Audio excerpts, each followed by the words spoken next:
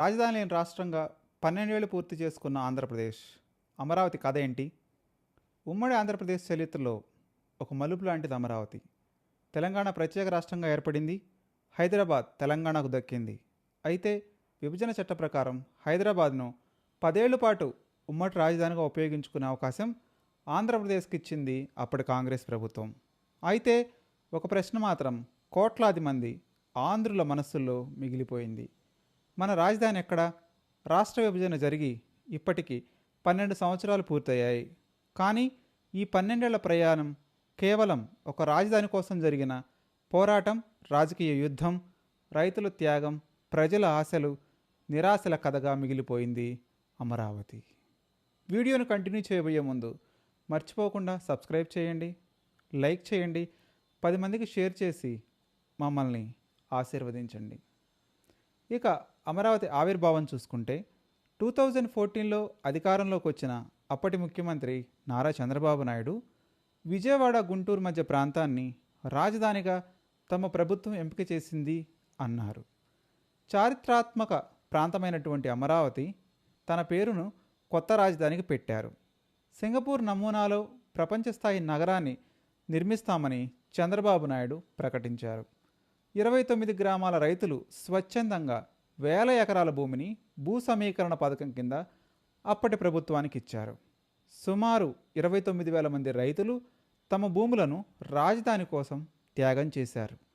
2015లో ప్రధానమంత్రి నరేంద్ర మోదీ చేతుల మీదుగా అమరావతి శంకుస్థాపన జరిగింది.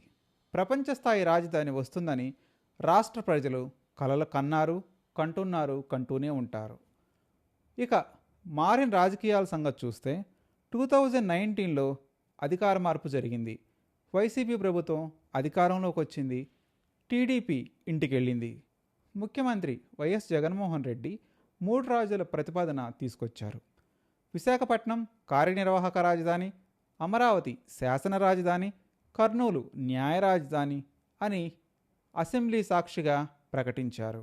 ఈ నిర్ణయం రాష్ట్ర రాజకీయాల్లో భారీ చర్చకు దారితీసింది, పెను భూకంపంలా పరిణమించింది. అమరావతి రైతులు తీవ్ర నిరసనలు చేపట్టారు. రోజులు కాదు, నెలలు కాదు, సంవత్సరాల పాటు ఉద్యమం కొనసాగింది.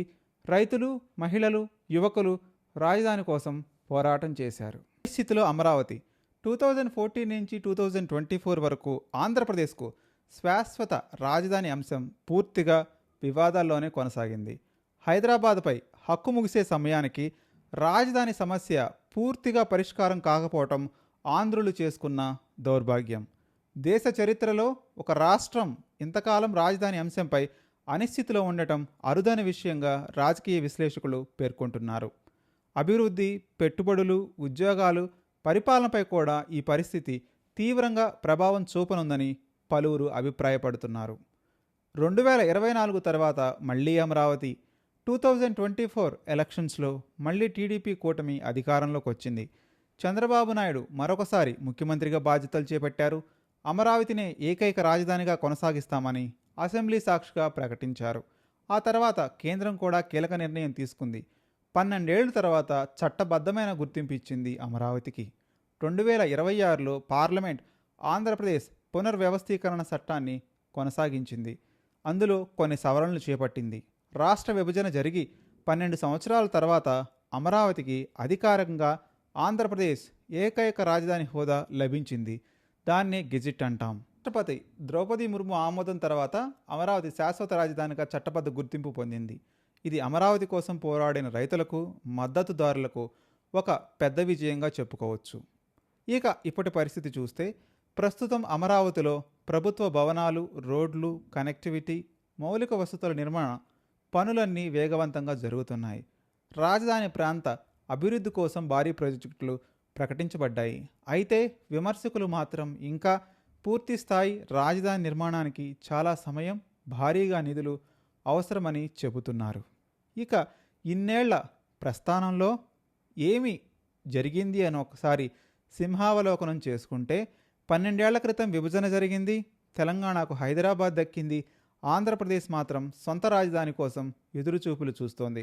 ఈ 12 ఏళ్లలో 3 ప్రభుత్వాలు మారాయి, విధానాలు మారాయి, రాజకీయాలు మారాయి, కానీ అమరావతి అంశం మాత్రం రాష్ట్ర రాజకీయాల్లో కేంద్ర బిందువుగానే నిలిచింది.